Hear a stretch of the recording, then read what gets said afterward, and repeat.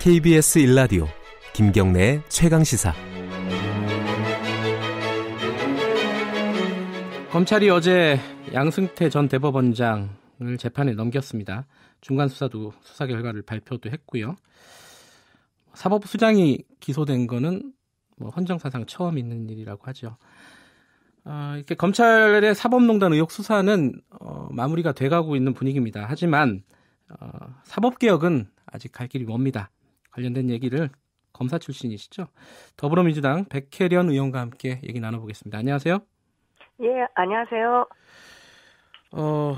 이 사법농단 관련된 수사는 마무리가 돼가고 있다. 이게 이제 재판에 넘겨지면 사실 공소 유지만 하면 되는 건데 지금 수사가 아직 덜 끝났나요? 아직 중간 수사 결과라 그러니까 약간 좀 의아하더라고요. 양승태 대법원장에 대한 수사는 종료된 것으로 볼 수 있고요. 네. 기타 이제 다른 이제 연루된 법관들이 있지 않습니까? 예. 그 부분에 대한 수사가 네. 아직은 마무리되지 못한 것입니다. 예. 네. 자, 이게 어제 뉴스를 보니까 양승태 전 대법원장에게 관련된 혐의가 47개라고 하고요. 공소장이 300쪽에 가깝다고 하는데 가장 큰 어떤 혐의라든가 쟁점이라든가 이건 어떻게 파악하실 수 있으실까요? 그동안 언론에서도 많이 나왔지만 결국은 검찰이 여러 가지 범죄 혐의로 기소를 했지만 그중에 대부분이 사실은 직권남용 권리행사 방해입니다. 그래서 네. 그 부분과 관련해서 양승태 전 대법원장의 지시가 있었느냐 또 불법성이 있느냐 이 부분이 가장 큰 관건이 네. 될 것으로 보입니다. 이게 근데 예전에 우병우 전 민정수석도 그렇고요. 예를 들어 이명박 전 대통령도 그렇고 이게 관련된 재판들이 쭉 있었잖아요. 근데 네. 이게 직권남용이라는 게 굉장히 애매하더라고요. 이번에는 어떻게 재판에서 판결이 될 거라고 예상을 하십니까? 그러니까 직권남용이 그동안 사실 굉장히 범위가 좁게 인정이 되어 오다가 박근혜 전 대통령 사건에서 일정 부분 또 넓게 적용되는 그런 모습을 보였어요. 그러다가 또 다시 또 이명박 전 대통령, 김기춘 비서실장 이런 사건에서 또 무죄 판결이 나면서 범위가 좁혀지는 것으로 보였는데요. 저는 양승태 전 대법원장의 사건 같은 경우는 지금 양승태 전 대법원장이 완전히 사실관계 자체를 부인하고 있는 상황입니다. 모두 객관적인 어떤 물적인 증거가 있는 것조차도 후배 법관들한테 책임을 미루고 본인은 상관이 없다, 지시한 적이 없다 이런 식의 변명으로 일관하니 있기 때문에 결국은 이 문제는 어떻게 보면 법리보다도 사실관계 인정의 문제에 포커스가 맞춰질 가능성이 크다고 봅니다. 그렇게 된다면 오히려 사실관계가 인정이 된다고 한다면 직권남용의 법리를 가지고는 오히려 무죄 쓰기가 어려운 사건이 되지 않나 이렇게 보이거든요. 그리고 사법부의 수장이라는 이치가 그동안 대법원장의 제왕적 이치라고 하죠. 거의 모든 것에 관여할 수 있고 할 수 있는 지시할 수 있는 이치에 있기 때문에 오히려 직권남용의 법리에 있어서 그동안의 우리나라의 대법원장의 이상, 지위 이런 것들이 더 오히려 발목을 잡을 가능성이 있다고 보이고요. 재판의 독립이라는 그런 큰 가치에 있어서는 우리 대부분의 법관들이 동의할 수밖에 없기 때문에 이번에 양승태 전 대법원장의 직권남용 혐의는 저는 충분히 인정될 수 있다고 보입니다. 법정 공방이 치열할 것 같은데요. 근데 이 더불어민주당 쪽에서 이 특별재판부 관련된 법안도 제출을 했잖아요. 이게 어떤 재판부가 이 사건을 맡게 되느냐, 이게 이제 초미의 관심사 아니겠습니까? 이게 어떤 식으로 이루어져야 된다고 보세요? 일단은 지금 검찰 수사 과정에서 이게 사법부의 태도에 대해서 국민들이 굉장히 실망을 한 상태 아닙니까? 굉장히 결국은 제 식구 감싸기 아니냐 그런 시각들이 굉장히 많기 때문에 절차적 정당성이 지금 굉장히 중요합니다. 그래서 재판부가 공정한 재판부에 배당이 되는 것이 중요한데 사실 이 판사들의 사회라는 것이 굉장히 연줄이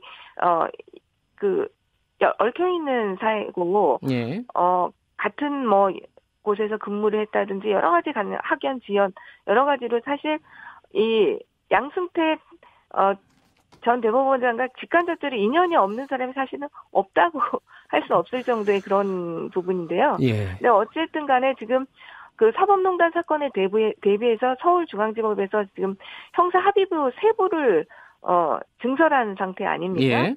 그 중에서 이제 36부에서 임종원 전 차장 사건을 맡고 있습니다. 네. 그렇다고 한다면 제가 볼 때는 지금 이 결국 사건 배당은 그 형사합의부 재판장들의 업무량이나 피고인 등의 연고 관계 이런 거를 고려해서 배당을 할 텐데요. 지금 임종원 전 차장 사건을 맡고 있는 36부를 제외하고 34부와 35부의 배당될 가능성이 굉장히 크다 이렇게 보입니다. 그쪽으로 배당이 된다면요, 지금 말씀하신 대로 그러면은 네. 뭐 공정성이라든가 뭐 이런 부분들은 크게 문제가 없는 걸로 보이십니까? 어떻습니까? 지금 형식적으로는 제가 알기로는 네. 지금 신설된 합의부들은 네. 직간접적으로는 사법농단에 관여된 판사들과 관련이 없는 것으로 예. 알고 있거든요. 예. 그렇기 때문에 절차적인 정당성은 확보할 수 있을 것으로 보입니다. 예.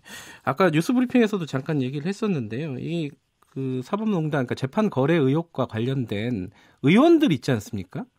뭐 네. 더불어민주당의 서영교 의원도 있고 자유한국당 쪽에도 있고요. 지금 뭐 네. 거론된 의원만 한 6명 정도 되는데 이 부분은 기소나 이런 것들이 가능하다고 보세요? 어떻게 보세요?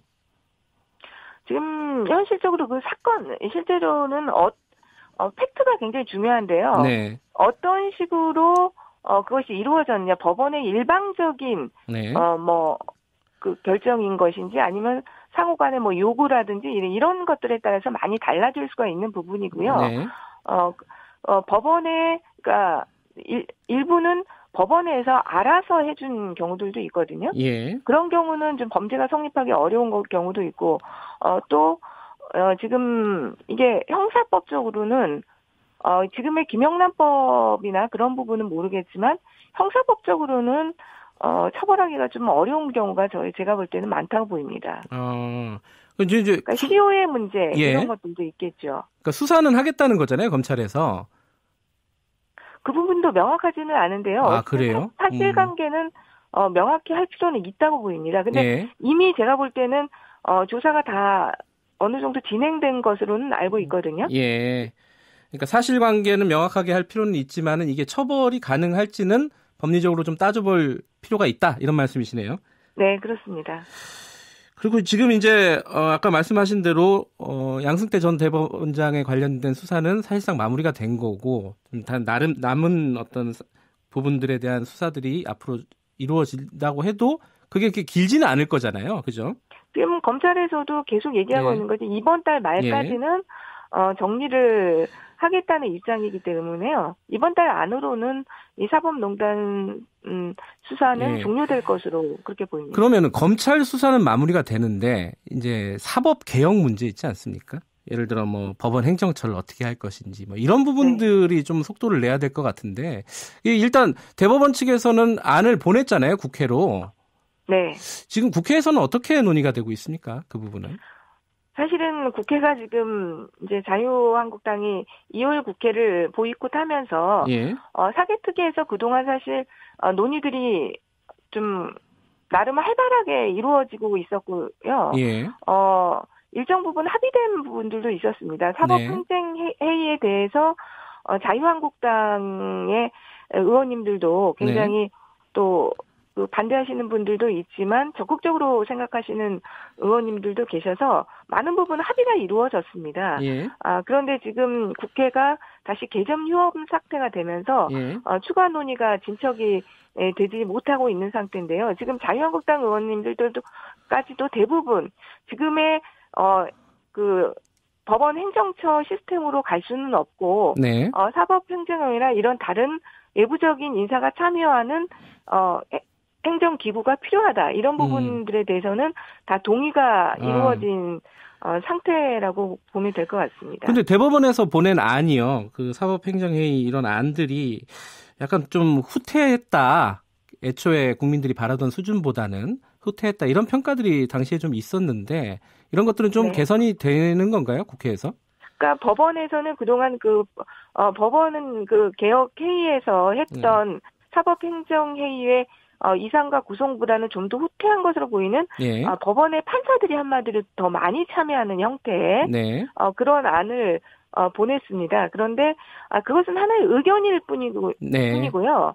결국 그것을 법률안으로 만드는 것은 사법개혁 특위 그리고 국회에서 하는 일이기 때문에요. 네. 저희는 그것을 참조만 할 뿐입니다. 그리고 예. 그 법원의 후퇴한 입장에 대해서는 굉장한 이제 질타가 의원들 사이에서도 있었기 때문에 그 안이 그대로 받아들여지지는 않을 것이라고 보입니다.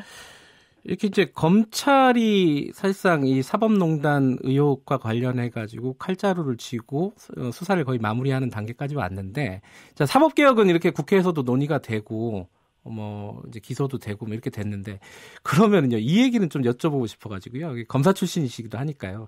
그러면 검찰개혁은 어떻게 되는 건가? 이게 참 좀 난감해요.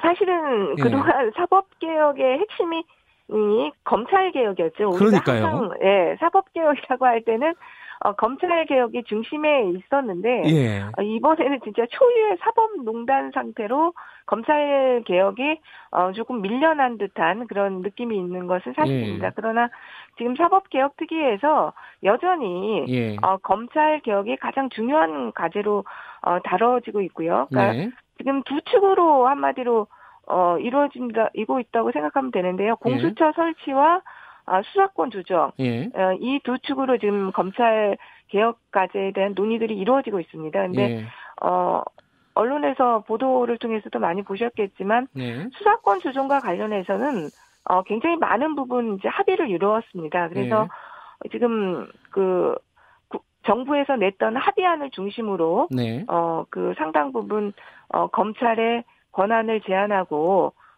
경찰의 권한이 좀 더 확대되는 형태의 수사권 조정안에 대해서 많은 합의가 이루어진 상태인데요. 그러니까 검찰이 이제 수사하는 직접 수사는 좀 더 줄이고 공소 유지에 좀 더 집중하는 기간으로 그렇게 하는 것으로 많은 합의가 이루어지는 상태입니다. 그런데 그 검찰 개혁의 가장 핵심이라고 했던 공수처 설치, 그 부분과 관련해서는 사실 많은 진척이 이루어지지 못하고 있습니다. 정말 안타까운 현실인데요. 그 부분은 정말로 가장 많은 국민들이 개혁 과제로 동의를 하고 있고 진보냐 보수냐를 가리지 않고 동의하고 있는 부분임에도 불구하고 자유한국당 쪽에서는 지금 전혀 적극성을 보이지 않고 있습니다. 근데 제가 좀 걱정스러운 건 자유한국당이 그 부분에 대해서 좀 소극적이라는 건 예전부터 이제 알고 있었는데 이번에 이제 검찰이 이 대법원 관련된 수사를 사실상 성공적으로 좀 마무리하는 분위기잖아요. 검찰의 어떤 위상이라든가 국민적인 여론이라든가 이런 것들이 굉장히 높아진 상황이어서 검찰 개혁이 이 상황에서 가능한 건가? 이게 참 걱정되더라고요. 근데 국민들의 여러 가지 여론들을 보면요. 물론 검찰이 이번에 사법농단 수사를 한 것들에 대해서는 높이 치는 부분이죠. 그렇다고 검찰의 어떤 신뢰도가 올라갔거나 검찰 개혁이 필요하지 않다. 이런 의견으로 전혀 기결되고 있는 상황은 아닙니다. 알겠습니다. 좀 걱정이 돼서 한번 말씀드려봤습니다. 오늘 여기까지 듣겠습니다. 고맙습니다. 감사합니다. 더불어민주당 백혜련 의원이었습니다.